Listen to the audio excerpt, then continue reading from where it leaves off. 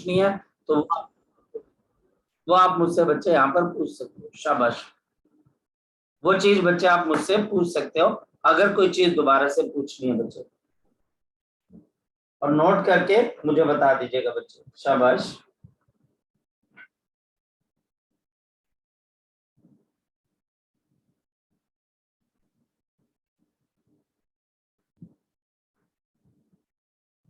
जैसे कर लो नोट तो मुझे बता दीजिएगा बच्चे।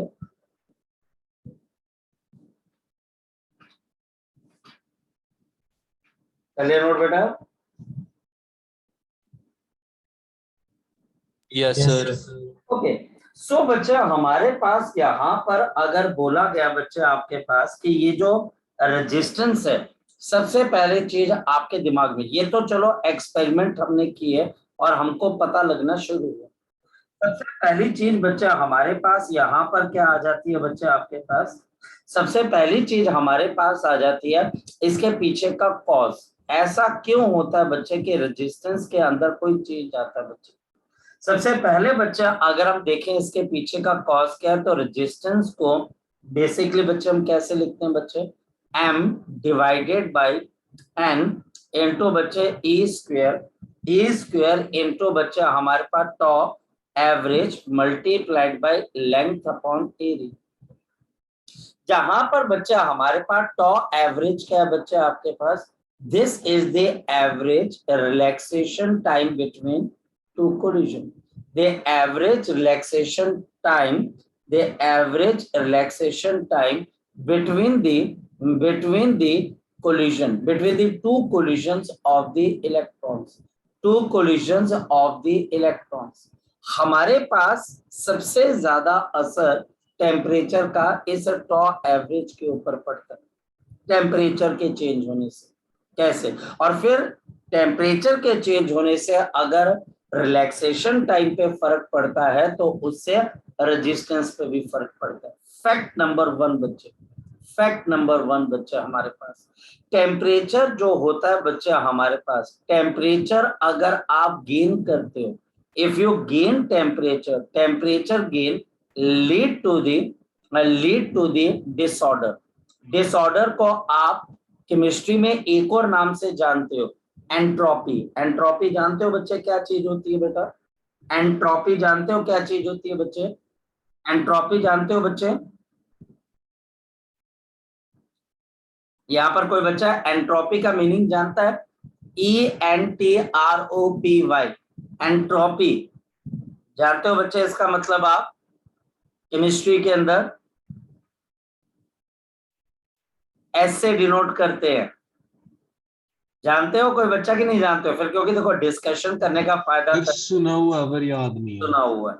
अगर आपने सुना हुआ है तो बहुत बेहतर बच्चे, क्योंकि बच्चे एंट्रोपी का मतलब डिसऑर्डर है। और ये थर्मोडायनेमिक्स, केमिस्ट्री की थर्मोडायनेमिक्स बोलती है कि जैसे जैसे कोई भी एक ऑब्जेक्ट, कोई सिस्टम, कोई भी बच्चा हमारे पास कोई भी मैकेनिज्म टेम्परेचर गेन करता है तो उसे ऑर्डर नहीं बढ़ता है, डिसऑर्डर बनता है। उसे डिसऑर्डर बनता है बच्चा हमारे पास, उसे अरेंजमेंट बच्चे आपके पास डिसऑर्डर की तरफ को जाती है। वो बच्चे सिस्टम को जो बच्चे अलाइनमेंट तोड़ने का काम करता है टेम्परेचर। तो डिसऑर्डर आपके पास कब आता है बच्चे? जब टेम्परेचर गेन होता है।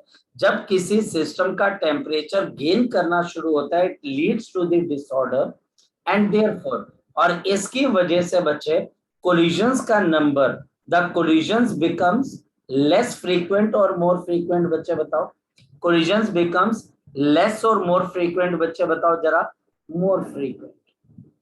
मेरी बात को समझ पा रहे हो? अगर आपका टेम्परेचर बढ़ेगा तो कोलिजन्स का नंबर भी बढ़ेगा, फ्रीक्वेंट हो जाएंगे, बड़े आम हो जाएंगे, क्योंकि बच्चे टेम्परेचर गेन करते जा रहे हो। एंड देयरफॉर, और इससे बच्चे आप बताओ टॉ एवरेज, जो एवरेज रिलैक्सेशन टाइम है बच्चे, ये आपके पास इंक्रीज कर जाएगा कि डिक्रीज कर जाएगा? बच्चे सोच के बताओ। डिक्रीज कर जाएगा, क्योंकि जब कोलिजन्स का नंबर बढ़ने लग जाएगा बच्चे तो दो कोलिजन्स के बीच का टाइम इंटरवल छोटा छोटा और छोटा, जो चीज जल्दी जल्दी हो रही है, मोर फ्रीक्वेंट हो रही है, तो इसका मतलब बच्चे उनका जो फ्रीक्वेंसी है वो बच्चे आपके पास बढ़ रही है, तो बच्चे आपका रिलैक्सेशन टाइम बच्चे आपका कम हो रहा है। एटम लगातार बच्चे कोलिजन कर रहा है, हर बार कोलिजन कर रहा है। एंड बच्चे फिर इसके बाद नंबर 2 फैक्टर जो रेजिस्टेंस है, ये आर, जो इंग्लिश का लेटर आर है, it is inversely proportional to क्या बच्चे, शाबाश बोलो बच्चे, average relaxation time. Average relaxation time, this is the average relaxation time and therefore and hence, और इसकी वजह से बच्चा बताओ मैं क्या लिखूंगा, hence by increasing temperature, by increasing temperature, by increasing the temperature, the resistance of the resistance of the material, the resistance of the material, the resistance of the material tends to increase, tends to increase, tends to increase। लग गया पता बच्चे मैं क्या बोलना चाह रहा हूँ? लग गया पता बच्चे?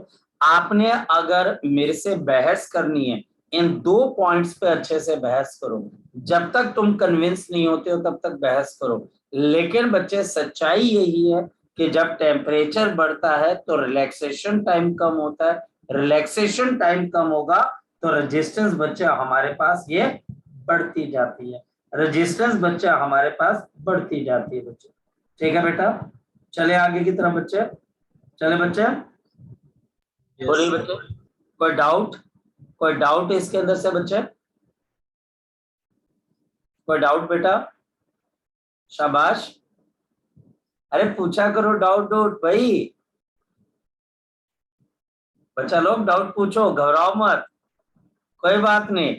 एक टीचर भी तुम्हारी तरह इंसान होता है, वो भी अगर तुमसे बात, वो भी, उसको भी लगता है, एक सिंपल सी फैक्ट है कि उसको भी लगता है कि वो जो पढ़ा रहा है उसके अंदर से जो जिन बच्चों को वो पढ़ा रहा है, अगर वो बच्चे उनसे उससे इंटरेक्ट करेंगे तो भाई डेफिनेट सी बात है बच्चे, उसको भी लगेगा कि बच्चा इंटरेस्ट ले रहा है। जब बच्चा इंटरेस्ट ले रहा है तो फिर वो और ज्यादा इंटरेस्ट लेता है, फिर बोलता है मैं क्या ऐसी चीजें ढूंढ के लेके आऊं जो सिर्फ इन बच्चों को पता और जो बच्चे इनके नंबर अच्छे आए। ठीक है, तो ये नेचुरल सी बात है, ये नेचुरल सी बात आप भी समझते होंगे। ठीक है, क्योंकि सर, आप ह्यूमन बीइंग हो। जी पूछो डाउट सर, में, बोलो। सर, वो आपकी आवाज कट गई थी बीच में, एक बार फिर से बताना। अब बता क्या पूछना बच्चे? सर ये पूरा ही मुझे नहीं पता क्या बोला आपने। पूरा कोई एक भी पॉइंट नहीं पता लगा बच्चे? नहीं सर, वो मेरा डिस्कनेक्ट हो गया था। अच्छा, रेजिस्टेंस जो होती है बच्चे, ये इसका फॉर्मूला है।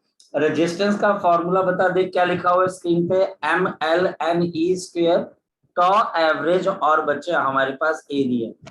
ठीक है बेटा, दिखाई दे रहा है ना स्क्रीन पे बच्चे? अब सुनाई दे रही है बच्चे मेरी आवाज?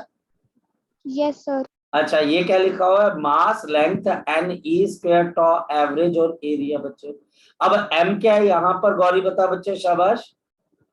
M क्या है बच्चे हमारे पास, ये M क्या होगा गौरी, ये बच्चे बता, शाबाश। मास, ये मास ऑफ द इलेक्ट्रॉन है। ये बच्चे N क्या है, number density of the electrons, E charge on electron, average relaxation time, length और एरिया। यहाँ पर इन सबको छोड़ दे, ये मेरे लिए बहुत इंपॉर्टेंट है। जो एवरेज रिलैक्सेशन टाइम है बच्चे between the two collisions of the electron, इसको हम किससे डिनोट करते हैं, एवरेज रिलैक्सेशन टाइम से, एवरेज रिलैक्सेशन टाइम से। तो अगर बच्चा हमारे पास टेम्परेचर गेन होता है तो बच्चे 2 कोलिजन्स के बीच का जो टाइम इंटरवल है वो घटता जाएगा, क्योंकि कोलिजन्स फ्रीक्वेंट होती जाएंगी, तो इससे बच्चे रिलैक्सेशन टाइम कम होगा। जब रिलैक्सेशन टाइम कम होगा तो रेजिस्टेंस बढ़ जाएगी। तो इस वजह से टेम्परेचर बढ़ने से रिलैक्सेशन टाइम कम होता है, रिलैक्सेशन टाइम करने से रेजिस्टेंस बढ़ जाती है। Very simple thing. ठीक है बेटा, चले अब आगे की तरफ, चले बेटा जी, सबके सब कर लिए नोट इसको? यस सर, ये कोलिजन बिकम्स मोर फ्रीक्वेंट, ये एक बार बता देना। ये बड़ी सिंपल सी बात है यार, आप इस बात को समझे, हीट एंड थर्मोडायनेमिक्स +1, जहां पर बच्चे हमारे पास एक आर्टिकल आता है, the difference between the heat developed and the work done. वहां पर टीचर आपको एक बात समझाता है कि जब भी आप किसी सिस्टम को हीट देते हो उससे बच्चे हमारे पास कोलिजन्स, उनके अंदर की मूवमेंट बढ़ जाती है क्योंकि उनको बाहर से हीट सेंस हो रही है, मॉलिक्यूल्स को एनर्जी मिल रही है। और जो मॉलिक्यूल्स को एनर्जी मिलती है, इलेक्ट्रॉन्स को एनर्जी मिलती है, ये एक ऑर्डर में नहीं मिलती है, डिसऑर्डर में मिलती है।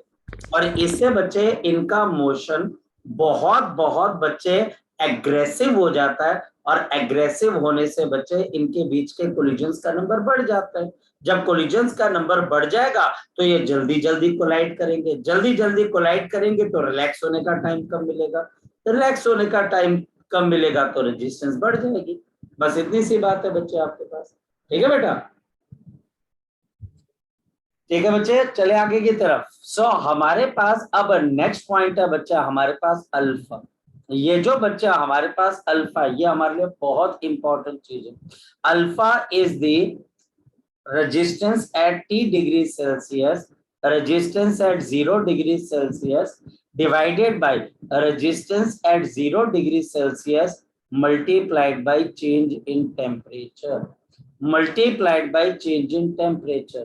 So this is the increase in the resistance divided by original resistance, divided by original resistance, original resistance, and बच्चा हमारे पास यहाँ पर multiplied by rise of temperature, rise of the temperature, rise of the temperature, rise of the temperature बच्चा हमारे पास। और इस वजह से बच्चा हम क्या बोल सकते हैं, how you can define this, the alpha is defined as, the alpha is defined as the increase in the resistance, increase in the resistance।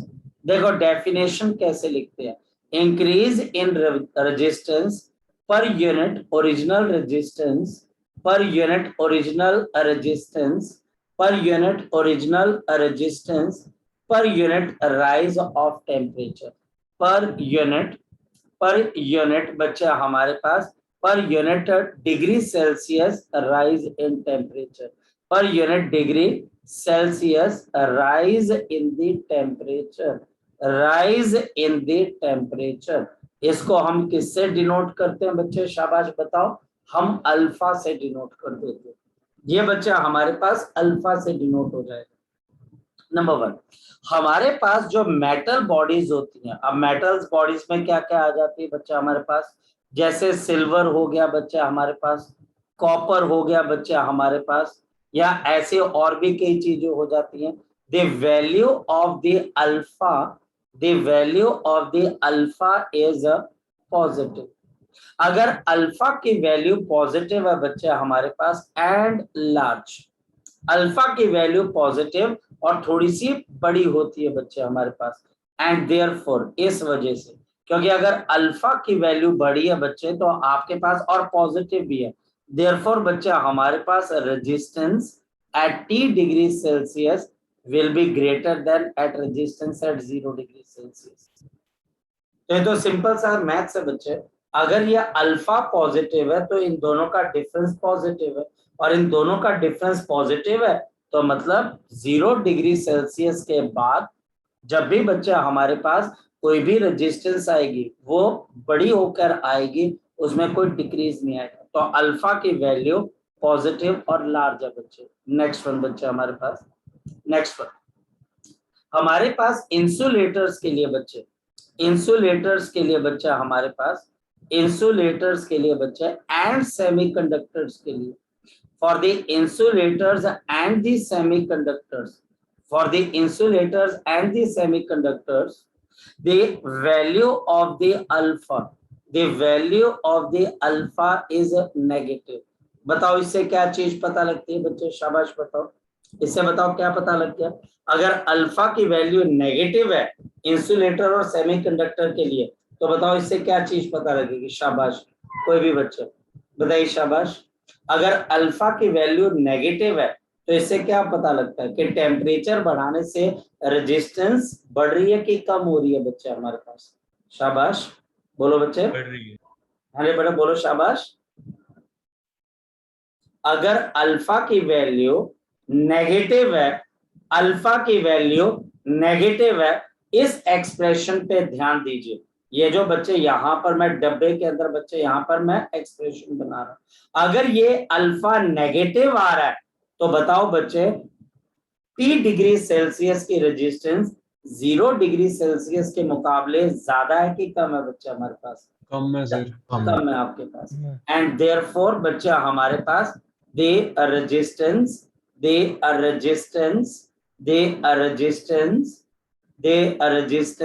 decreases with the rise of the temperature, with the rise of the temperature, with the rise of the temperature, with the rise of the temperature। जी, इस page पे अगर कुछ पूछना है तो आप पूछ सकते हो, शाबाश। अदरवाइज नोट करके मुझे बता दीजिए बच्चे। और ये जो वैल्यू अल्फा की पॉजिटिव आई, नेगेटिव आई, ये सब एक्सपेरिमेंटल चीजें होती हैं। हम लगातार एक्सपेरिमेंट करते रहते हैं, आज भी कर रही है, कल भी करते रहेंगे, आगे भी करते रहेंगे। और पर्पस क्या है बच्चे? पर्पस सिर्फ इतना है, नेचर को बहुत बेहतर ढंग से समझ। जी, नोट कर लिया बच्चे हमारे पास? नोट कर लिया बच्चे? Yes sir. ओके, सो अब बच्चे हमारे पास तीसरी चीज है। तीसरी चीज बच्चे हमारे पास आती है अलॉयज।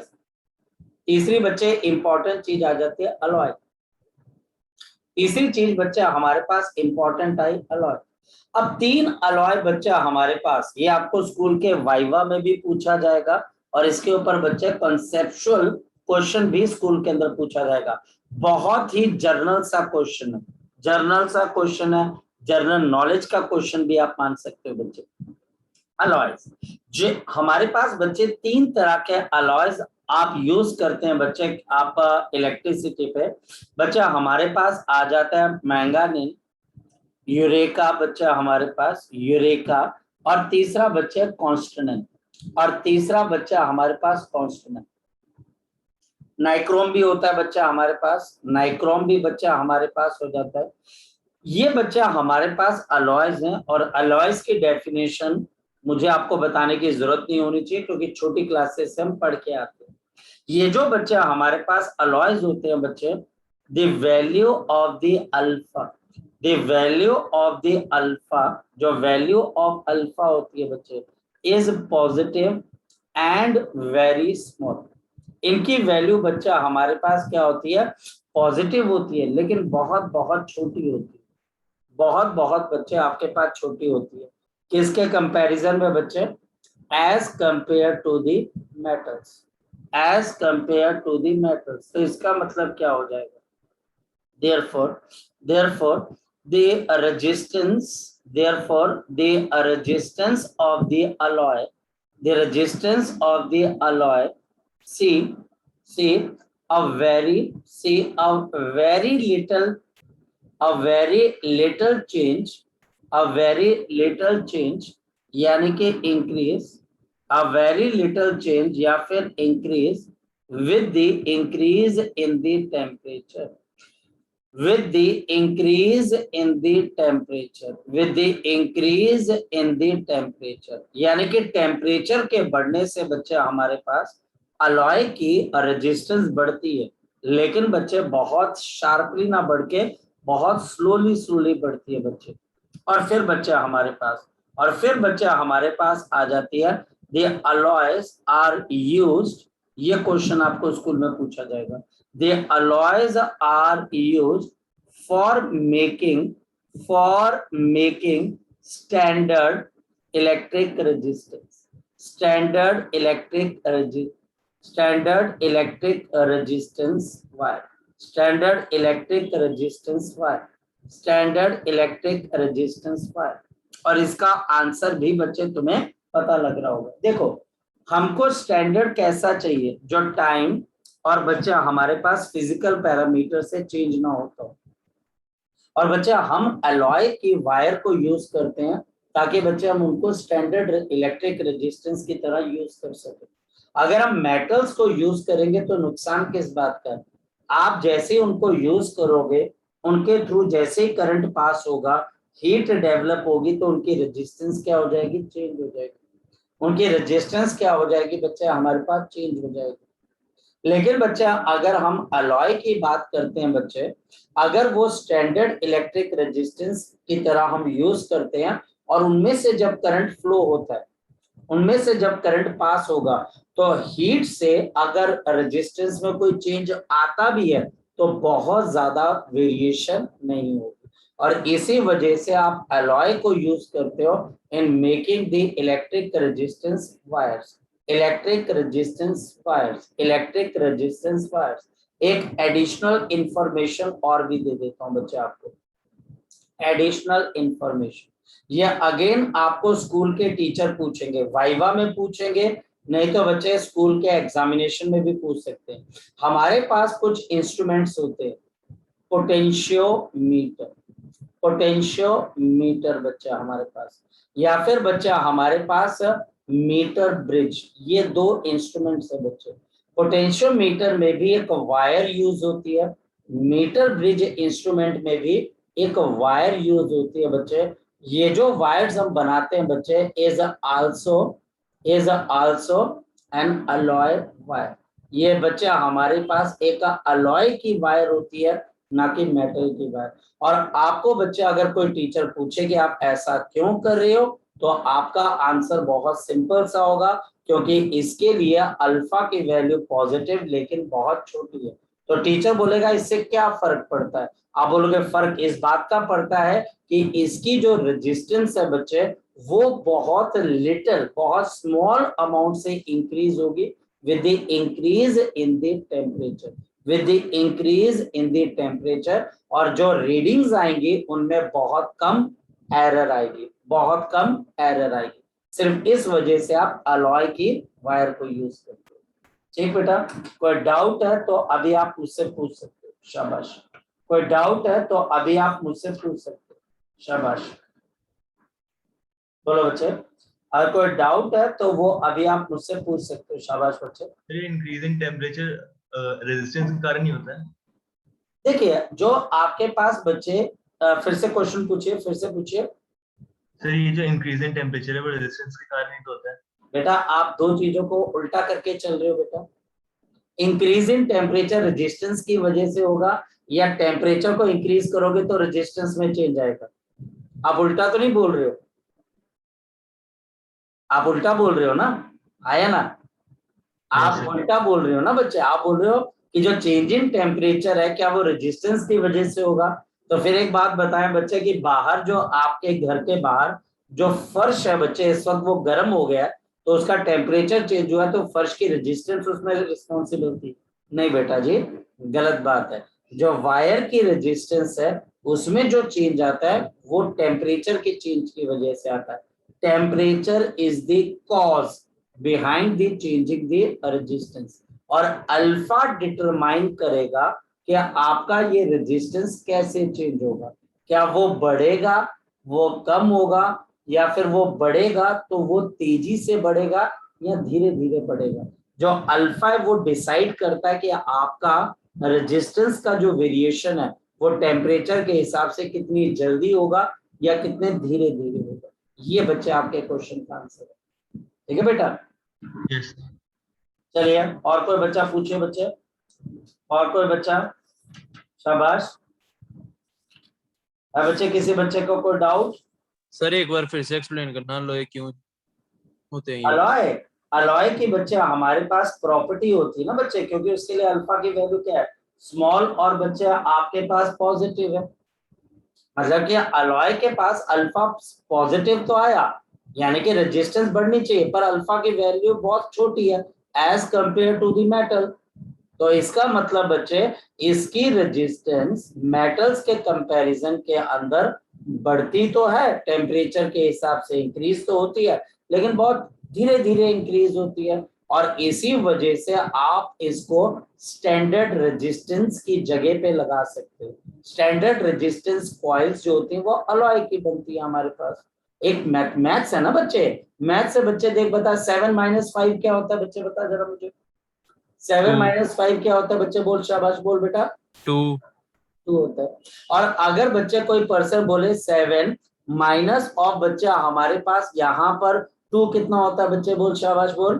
5 5 है बच्चे। अगर 7 माइनस 5 है और 7 माइनस 2 है, किसके अंदर बच्चे बहुत ज्यादा चेंज आया और किसमें बहुत कम चेंज आया बच्चे? बोल शाबाश। पहले वाले में कम चेंज आया, दूसरे वाले में ज्यादा है। तो इसका मतलब आप बोलोगे इसमें वेरिएशन बहुत कम है और इसमें वेरिएशन बहुत ज्यादा है। मेटल्स के केस के अंदर रेजिस्टेंस बड़ी जल्दी बच्चे अपने आप को चेंज कर जाती है, बड़ी जल्दी बच्चे अपने आप को चेंज कर जाती है। और अलॉयज के केस में धीरे धीरे अपनी वैल्यू को इंक्रीज करती है, धीरे धीरे इंक्रीज करती है। तो आप स्टैंडर्ड किसको मानोगे? वो जो बहुत जल्दी चेंज होता हो, वो जो कि बड़े जल्दी चेंज ना होके धीरे धीरे चेंज होता हो, किसको स्टैंडर्ड धीरे मानोगे? धीरे। बिल्कुल। तभी तो बच्चे ये जो अलॉयज हैं, अब ये प्रॉपर्टी है बच्चे, अब ये प्रॉपर्टी, आप प्रॉपर्टी को थोड़ी ना चेंज कर सकते हो। अब अगर वाटर है बच्चा हमारे पास, तो उसकी प्रॉपर्टी है बच्चे हमारे पास कि वो बच्चे फायर एक्सटिंग्विशर है, वो बच्चे आपके पास ऑर्डर लेस है, टेस्ट, हम बोलते हैं ना बच्चे ऑर्डर लेस है, टेस्ट लेस का प्रॉपर्टी है। तो इसकी कॉन्फ़िगरेशन कुछ ऐसी हो जाती है कि अल्फा की वैल्यू पॉजिटिव और स्मॉल है और इसी वजह से इनकी रेजिस्टेंसेस बहुत कम चेंज होती है विद द राइजिंग टेम्परेचर, और इसी वजह से आप इसकी स्टैंडर्ड इलेक्ट्रिक रेजिस्टेंस वायर्स बना देती हैं। और जितने भी आपके इंस्ट्रूमेंट्स हैं वो बच्चे आप कौन सी वायर से बनाते हो बच्चे? अलॉय वायर से। क्यों? क्योंकि बच्चे स्टैंडर्ड उन चीजों का बनाया जाता है जो बहुत धीरे धीरे चेंज होते हो, ना के बराबर चेंज होते हो। ठीक है बेटा? Yes sir. चलो अब बच्चे हमारे पास यहाँ पर क्वेश्चन करना शुरू करते हैं। चलिए शाबाश। अब बच्चे हम सबसे पहले इसको नोट कर लिया, पहले तो ये बताओ बच्चे मुझे, यस सर। क्वेश्चन करना स्टार्ट करते हैं। आप क्या गलतियां करोगे, उन गलतियों से बच्चे, उन गलतियों से बच्चे हम कैसे बचेंगे ये भी हमको देखना। क्वेश्चन हमारे पास, इसके क्वेश्चन मुश्किल नहीं आते, इसके क्वेश्चन मुश्किल नहीं आते, इसके क्वेश्चन हमारे पास, हमें डाटा जब हम उठाते हैं तो उस डाटा को एनालाइज करना हमें नहीं आता और कुछ नहीं।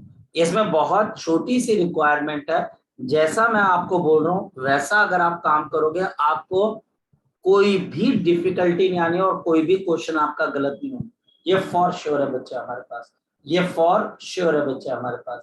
चलिए सबसे पहले बच्चा हमारे पास यहाँ पर पहला क्वेश्चन बच्चे, हमारे पास यहाँ पर पहला क्वेश्चन है बच्चे, द रेजिस्टेंस, देखिएगा बच्चे हमारे पास द रेजिस्टेंस, जो बच्चा हमारे पास रेजिस्टेंस है ऑफ अ फिलामेंट, एक फिलामेंट की जो रेजिस्टेंस है बच्चे at 150 degree Celsius, at 150 degree Celsius is 133 ohm, 133 ohm.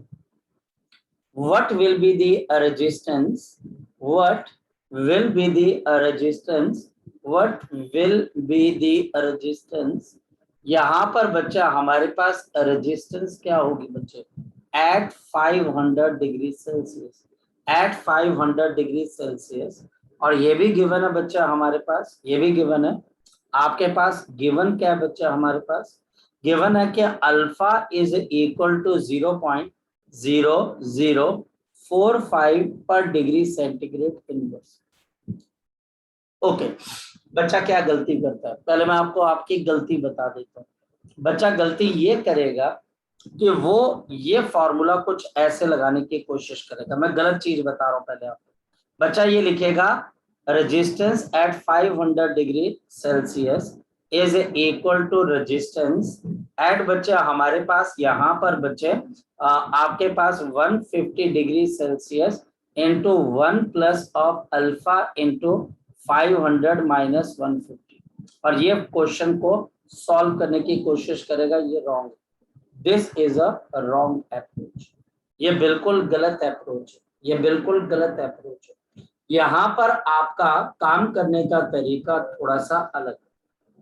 यहाँ पर सबसे पहले स्टेप के अंदर आएगा resistance at 150 degree Celsius is equal to resistance at 0 degree Celsius into 1 plus of alpha into 150 minus of 0। ये चीज है।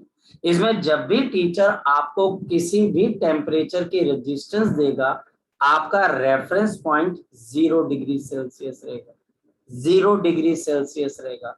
फिर मेरी बात को ध्यान से समझिए, ये बच्चा हमारे पास 0 डिग्री सेल्सियस रहेगा। इसके अंदर बच्चा आपको ये बात दिमाग में रखनी पड़ेगी। ये क्वेश्चन आसान होते हैं, थोड़े से कैलकुलेटिव होते हैं, पर बच्चा गलती क्या कर जाता है, बच्चे को लगता है 2 टेम्परेचर गिवन है, अल्फा भी गिवन है, एक रेजिस्टेंस भी गिवन है, दूसरी अननोन मुझे निकालनी है, मैं 2 मिनट में निकाल दूंगा। लेकिन बच्चे कभी भी ऐसी गलती मत करना। और दूसरी चीज बच्चा, हमारे पास दूसरी इक्वेशन क्या आएगी, resistance at 500 degree Celsius is equal to resistance at 0 degree Celsius 1 plus of alpha और 500 माइनस ऑफ 0। प्लीज मैं आपको फिर से एक बात की वार्निंग दे रहा हूं, ये गलती मत करना बच्चे, क्योंकि ये गलती मैं भी स्टूडेंट लाइफ में कर चुका हूं। मैं इसलिए बोल रहा हूं क्योंकि मैं खुद ये गलती कर चुका हूं। और जब आपको टीचर खुद एडमिट कर रहा है कि हाँ यार, जब मैं +2 में था और जब मैंने ये सोचा, अल्लाह क्या बात कर दी सर, ये क्वेश्चन तो मैं कर लूंगा बड़े आराम से, तो ठीक है, घर पे जाकर उठा के करने की कोशिश की, नहीं हुए क्वेश्चन सॉल्व, गलत है। टीचर से जाकर पता लगा तो पता लगा कि ये गलत अप्रोच है। सही अप्रोच ये होती है, आप हर रेजिस्टेंस जो टेम्परेचर की है उसको पहले 0 डिग्री सेल्सियस पे कैलकुलेट करते हो, 0 डिग्री सेल्सियस से आप उसको मेजर करते हो, तब जाकर आपका आंसर आएगा। नेक्स्ट स्टेप, डिवाइड कर देते हैं इन दोनों को। बोलो बच्चे, डिवाइड करने से क्या चीज आ जाएगी, डिवाइडिंग 1 and 2। शाबाश, बोलो कैसे आ जाएगा। अगर मैं 1 और 2 को डिवाइड करूंगा तो resistance at 150 degree Celsius divided by a resistance at 500 degree Celsius is equal to 1 plus of alpha 150 and divided by बच्चा हमारे पास 1 प्लस ऑफ अल्फा इंटू 500। ये बच्चा हमारे पास यहाँ पर आ जाएगा। प्लीज बच्चे इस बात को एंश्योर करना मेरे बेटा, इस बात को अंडरस्टैंड करना कि कभी भी आप रैंडमली कोई भी 2 टेम्परेचर्स को की रेजिस्टेंस को रिलेट नहीं कर सकते। आपके किसी भी टेम्परेचर की रेजिस्टेंस 0 डिग्री सेल्सियस से पहले रिलेट हो जाएगी, तब जाकर नेक्स्ट स्टेप आएगा। Next one 133। तो बच्चा हमारे यहाँ आ जाएगा 133 1 प्लस ऑफ अल्फा 0.0045 और मल्टीप्लाइड बाय बच्चा हमारे पास 500। अभी यहाँ पर थोड़ी सी कैलकुलेशन बच्चा हमारे पास मुश्किल होने वाली है, and divided by 1 plus of alpha, ये वाला अल्फा, और 0.0045 इंटू बच्चा हमारे पास कितना आ जाएगा 150, and this is equal to resistance at 500 degree Celsius. Okay, पहले यहां तक नोट कर लो, फिर हम आगे चलते हैं। पहले यहां तक नोट कर लो, फिर हम आगे की तरफ को चलते हैं। शाबाश। और कोई डाउट है तो वो आप मुझसे पूछ सकते हो। शाबाश।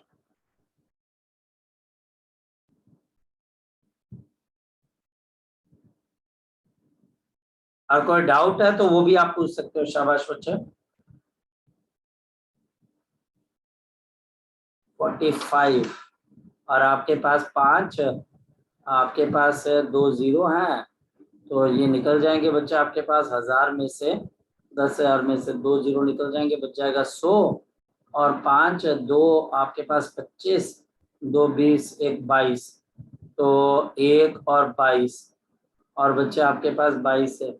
ये बच्चा हमारे पास ऊपर आ जाएगा 3.25। हाँ जी बेटा, कर लिया बच्चा नोट, कर लिया नोट बेटा।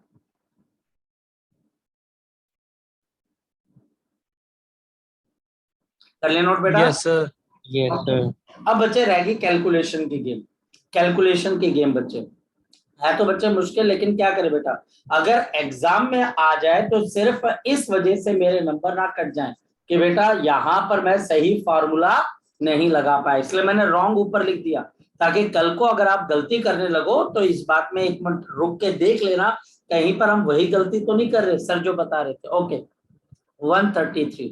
अच्छा, कोई बच्चा इसको मल्टीप्लाई करके बता दे, यहाँ पर 2 0 निकल जाएंगे और 45 5 बच्चा आपके पास कितना आ जाएगा 5 और 2 तो कितना आ जाएगा 22 और 2 0 बच्चे हमारे पास बन जाएंगे तो 2.25 और 1 तो बच्चे आपके पास आएगा 3.25 डिवाइडेड बाई यहाँ पर नीचे बच्चे हमारे पास कितना आ जाएगा आपके पास 15 इंटू 45 अरे भाई करो यार कैलकुलेशन 15 इंटू 25 5 और 2 बच्चे तो कितना आ जाएगा 75 और ये कितना आ जाएगा 6 तो 7 और 7 और 6 तो आपके पास ये आ जाएगा 6 और 1 0 चला गया तो 67.5 और बच्चे यह हमारे पास एक और आपके पास ऐड हो जाएगा ओके नीचे बच्चे हमारे पास 1.675 जी बेटा एक बारी कैलकुलेशन चेक कर लीजिए कोई बच्चा एक बारी कोई बच्चा कैलकुलेशन भी साथ साथ चेक करते रहे बेटा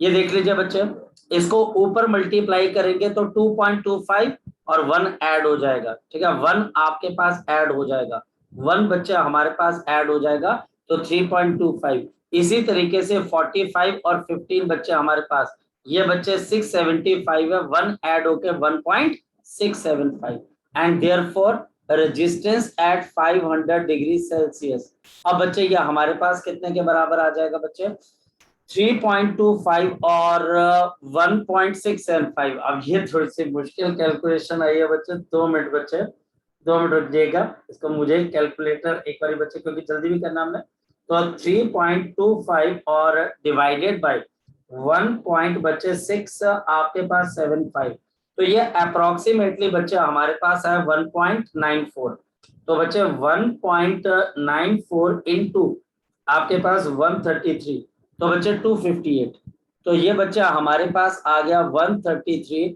into 1.94 and this is equal to 258 ohm तो आंसर विल बी 258 ओम तो आपका आंसर कितने के बराबर आ जाएगा 258 ओम के आसपास आ जाएगा so the answer will be 258 ohm the answer will be 258 ohm जी अब अगर कोई डाउट रहता है तो वो आप मुझसे पूछ सकते हो शाबाश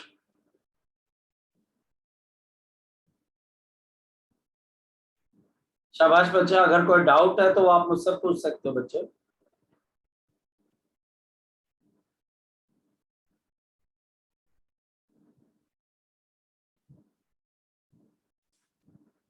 है कोई डाउट बेटा है कोई डाउट बेटा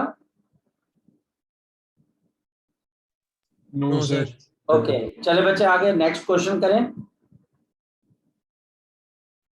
Yes, नोट sir. करिए अच्छा नेक्स्ट क्वेश्चन है बच्चा हमारे पास रेजिस्टेंस थर्मोमीटर एनसीईआरटी और बच्चा हमारे पास एचसीवी डायरेक्ट तो नहीं बच्चे इनडायरेक्ट तरीके से इस पर क्वेश्चन पूछता है बच्चे और बच्चे यह हमारे पास है बेस्ड है रेजिस्टेंस थर्मोमीटर के ऊपर बच्चे हमारे पास सबसे पहले बच्चे मैं आपको थर्मोमीट्री का प्रिंसिपल बता देता हूँ थर्मोमीट्री का बच्चा हमारे पास यहाँ पर प्रिंसिपल बता देता है आपके पास थर्मोमीट्री का प्रिंसिपल +1 के अंदर आता है जो कि आपको बोलता है T डिग्री सेल्सियस कोई भी प्रॉपर्टी जैसे बच्चे लेंथ हो गया या कोई भी चीज बच्चा हमारे पास है जो टेम्परेचर से चेंज हो रही है so resistance at T degree Celsius minus बच्चे resistance at 0 degree Celsius divided by resistance at 100 degree Celsius minus of resistance at 0 degree Celsius multiplied by 100 ये सारी चीजें +1 से बच्चे हम लिखते आ रहे हैं वहां पर हम लेंथ ऑफ क्या देखते हैं बच्चे मरकरी देखते हैं कि मरकरी की लेंथ T टेम्परेचर पे क्या है 0 डिग्री सेल्सियस पे क्या है 100 डिग्री सेल्सियस पे क्या है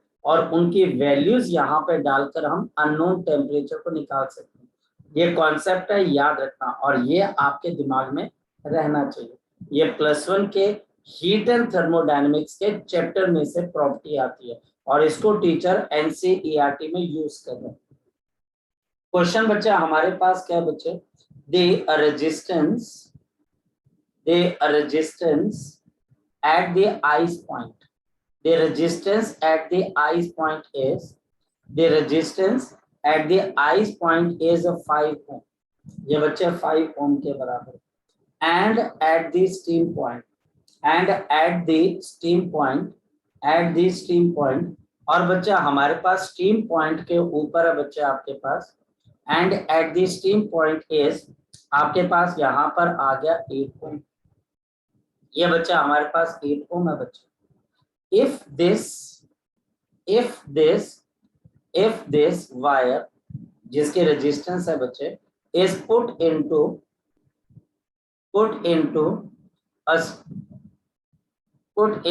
a bath of warm water,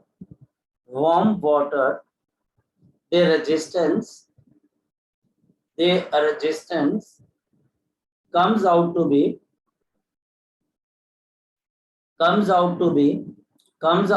be 6 ohm. What is the temperature of the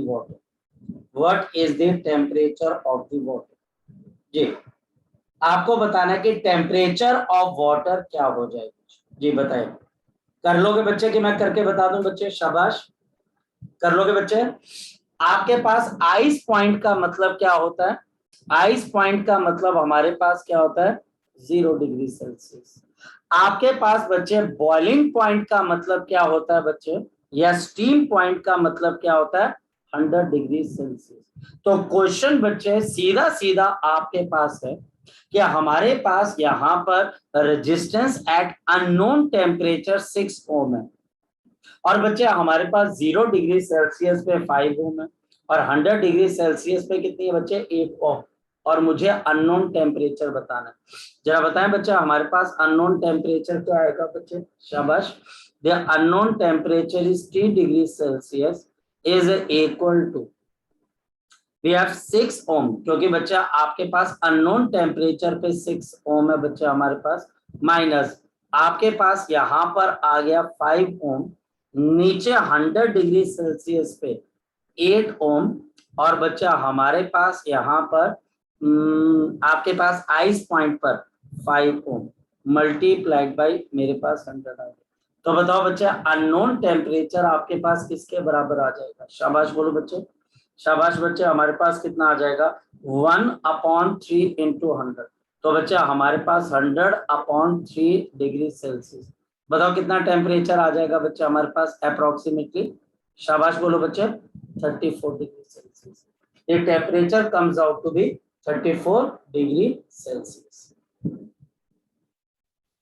The temperature comes out to be 34 degree Celsius. The temperature comes out to be 34 degree Celsius बच्चे हमारे पास। शाबाश,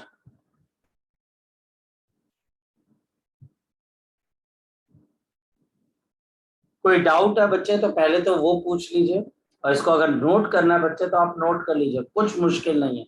सिर्फ आपको ये formula पता होना चाहिए, ये वाला फॉर्मूला आपको पता होना चाहिए, बाकी कोई मुश्किल नहीं है इसके अंदर से। भी अगर कोई डाउट है तो वो आप मुझसे पूछ सकते हो। शाबाश,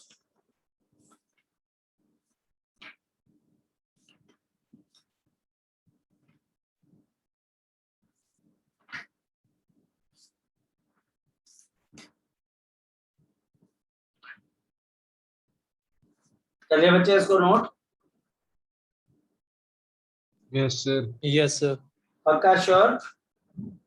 यस सर। चलो, ये बच्चा हमारे पास यहाँ पर एक और क्वेश्चन सॉल्व हो गया, बच्चा हमारे पास। अब देखो बच्चे एनसीईआरटी क्वेश्चन को घुमाकर कैसे पूछती है बच्चे। क्वेश्चन बच्चा हमारे पास यहाँ पर किस तरीके से बच्चा हमारे पास यहाँ पर पूछती है बच्चे। हमारे पास यहाँ पर क्वेश्चन बच्चे ये आ जाता है कि एट आपके पास room temperature, at the room temperature. अब रूम टेम्परेचर बच्चा हमारे पास होता है 27 डिग्री सेल्सियस। दे आपके पास यहाँ पर we can write down the resistance of a wire is 75 ohm. The resistance of the wire is 75 ohm. ये बच्चा हमारे पास 75 ओम के बराबर है बच्चा। when the, और यहाँ पर है बच्चा हमारे पास when the इलेक्ट्रिक कनेक्शन, जब बच्चा हमारे पास इलेक्ट्रिक कनेक्शन को एस्टेब्लिश किया गया, when the electric connection is established, जब बच्चा हमारे पास इलेक्ट्रिक कनेक्शन को एस्टेब्लिश किया गया with 230 volt, with the 230 volt, with the 230 volt supply, 230 volt supply, the current in the circuit, the current in the circuit, the current in the wire या फिर circuit is a 2.68 ampere, यानी कि जो current है बच्चे वो 2.68 ampere है बच्चे हमारे पास। अब बच्चे हमारे पास यहाँ पर क्या चीज आ जाती है बच्चे, नंबर 1 बच्चे हमारे पास, नंबर 1 वो क्या पूछ रहा है बच्चे, what is the temperature, what is the temperature, यहाँ पर बच्चे मुझे टेम्परेचर बताना है किसका बच्चे, what is the temperature of the आपके पास wire, temperature of the wire बच्चे हमारे पास। अच्छा दूसरी चीज अननोन नहीं, गिवन ही है बच्चे हमारे पास, given that the alpha for the wire is 1.8 into 10 raised to power minus 4 per degree centigrade inverse, 1.8 into 10 raised to power minus 4 per degree centigrade inverse। ये बच्चे हमारे पास यहाँ पर क्वेश्चन आ गया बच्चे, so this is the question, ये बच्चा हमारे पास इसका, अब बच्चे हमको सोल्यूशन यहाँ पर ढूंढना। सबसे पहली चीज बच्चे हमको यहाँ पर ये देखनी पड़ेगी बच्चे, सॉल्यूशन हमारे पास यहाँ पर क्या गिवन है, resistance at 27 degree Celsius, resistance at 27 degree Celsius कितना गिवन है बच्चे हमारे पास, 75 ओम के आसपास, ये बच्चे 75 ओम है। और जब आपने इसमें से कनेक्शन को बनाया तो इसमें करंट कितना चलना शुरू हो गया बच्चे, 2.6 एम्पेयर का। सो सबसे पहले बच्चे मुझे ये देखना पड़ेगा resistance of the wire, resistance of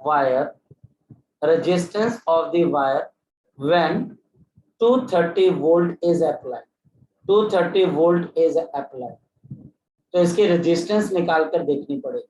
तो इसकी रेजिस्टेंस उस वक्त क्या आ जाएगी, मान लेते हैं कि उस वक्त वायर का जो टेम्परेचर है वो अननोन है, so we can write down this is 230 upon 2.68, 230 upon 2.68, 230 upon 2 point आपके पास 6 है, तो this approximately comes out to be, ये बच्चा हमारे पास आ जाएगा 86, ये अप्रोक्सीमेटली 86 ओम के आसपास आ जाएगा। अब क्वेश्चन बच्चे आपके पास रहा ही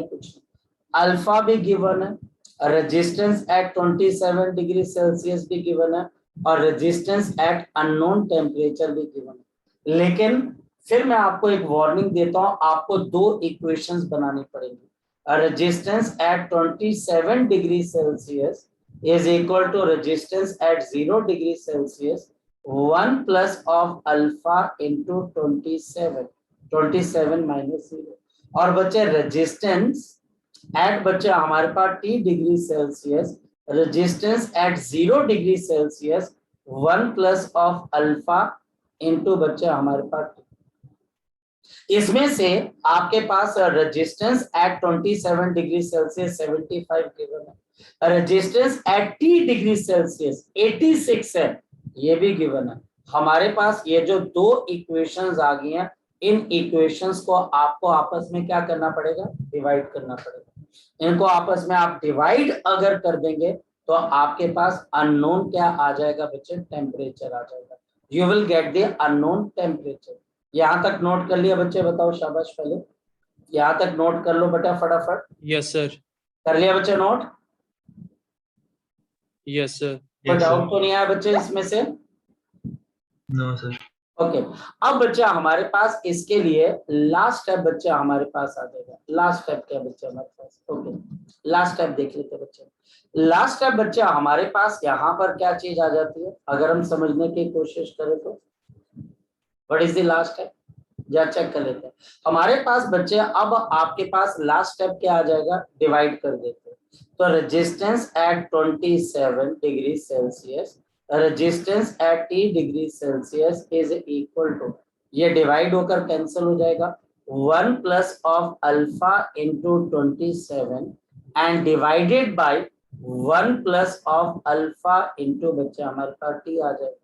इसके आगे और चलते हैं बच्चे, हमारे पास 75 upon 86 is equal to 1 plus of alpha, तो 1.8 into 10 raise to power -4 multiplied by 27 and divided by 1 plus of बच्चा हमारे पास 1.8 into 10 raise to power -4 multiplied by T, क्योंकि ये बच्चा अननोन टेम्परेचर, क्योंकि ये बच्चा हमारे पास यहाँ पर अननोन टेम्परेचर। सो अब अगर हम इस इक्वेशन को आपस में डिवाइड करते हैं बच्चे, सबसे पहले बच्चे 75 अपॉन 86, ये बच्चा हमारे पास आएगा 0.87 बच्चे। सो ये बच्चा हमारे पास आ जाएगा 0.87।